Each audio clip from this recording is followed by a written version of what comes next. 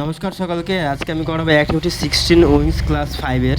তার আগে আমরা জেনে নেব আয়ের পরে এম বসে, হি এর পরে ইজ, সি এর পরে ইজ, সিটের পরে ইজ, আর দে এর পরে আর, উ এর পরে আর এবং ইউ এর পরে আর। এই কটা ফর্মুলা জানলে আমরা এগুলো করতে পারবো। ঠিক আছে, তাহলে আমরা প্রথম কোশ্চেনে কী আছে, আয়ের পরে কী বসবে, এম ইজ না আর।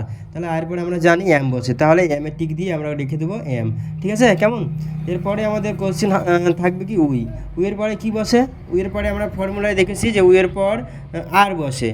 তাহলে এখানে কোশ্চেন আছে এর পরে এম বসবে না ইজ বসবে না আর বসবে, এবং তারপরে দেখো ওয়ার্কিং দেওয়া আছে যেটা বর্তমান কাল বোঝাচ্ছে আর প্লুরাল বোঝাচ্ছে। তাহলে এখানে আমরা কি বসাবো, আর বসাবো।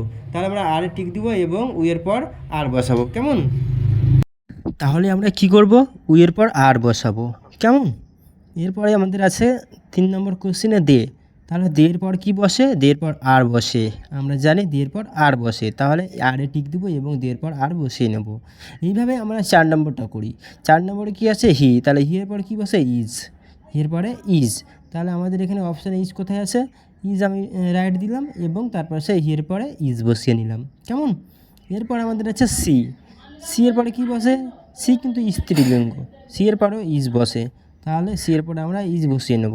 যেমন এরপরে আছে আমাদের 6 নম্বর দে। তাহলে দের পরে কী বসে, দের পরে বসে আর। তাহলে এখানে আর কোথায় আছে, 3 নম্বরে, তো আরে টিক দেবো এবং দের পরে আর বসিয়ে নেব। এইভাবে করে আমরা 7 নম্বরটা করব ইট। ইটের পরে কী বসে, ইটের পরে বসে আমাদের ইজ। আমাদের সূত্রে আছে কি, ইটের পরে বসে ইজ। ঠিক আছে, তাহলে আমরা বসিয়ে নেব এখানে ইটের পর ইজ। হ্যাঁ, টিক দিব এবং একটা ইজ বসিয়ে নেব। কেমন? তারপরে আছে পলো ইজ পেন্টিং, পেন্টেড না পেন্ট। তাহলে এখানে আমাদের এখানে হয়ে যাবে কি পেন্টিং, এটা বর্তমান কাল বোঝাচ্ছে। হ্যাঁ, মানে করছে, কোনো কাজ একটা করছে, আঁকছে সে, তার জন্য বর্তমান কাল।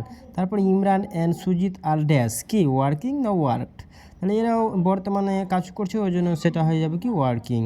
ঠিক আছে, এরকম করে 10 নম্বরটা কী আছে, তাহলে 10 নম্বরটা আছে মিঠু অ্যান্ড অরূপ আর। তাহলে মিঠু অ্যান্ড অরূপ আর কী হবে, তাহলে স্টাডিং না স্টুডেন্ট। তাহলে কী হবে, স্টাডিং। এখানে বর্তমানকাল এটাও বোঝাচ্ছে, তাহলে আমরা কি বসাবো, স্টাডিংটা বসিয়ে নেব। ঠিক আছে, এরকম করে আমরা চেষ্টা করব। আর সব থেকে জরুরি কথা, বিশেষ কথা যেটা, যে তোমরা এই ফর্মুলাটা মনে রাখবে। কেমন? এই ফর্মুলা জানলেই তোমরা এইগুলো পেরে নেবে, আর অসুবিধা হলে আমাকে বলবে। ঠিক আছে।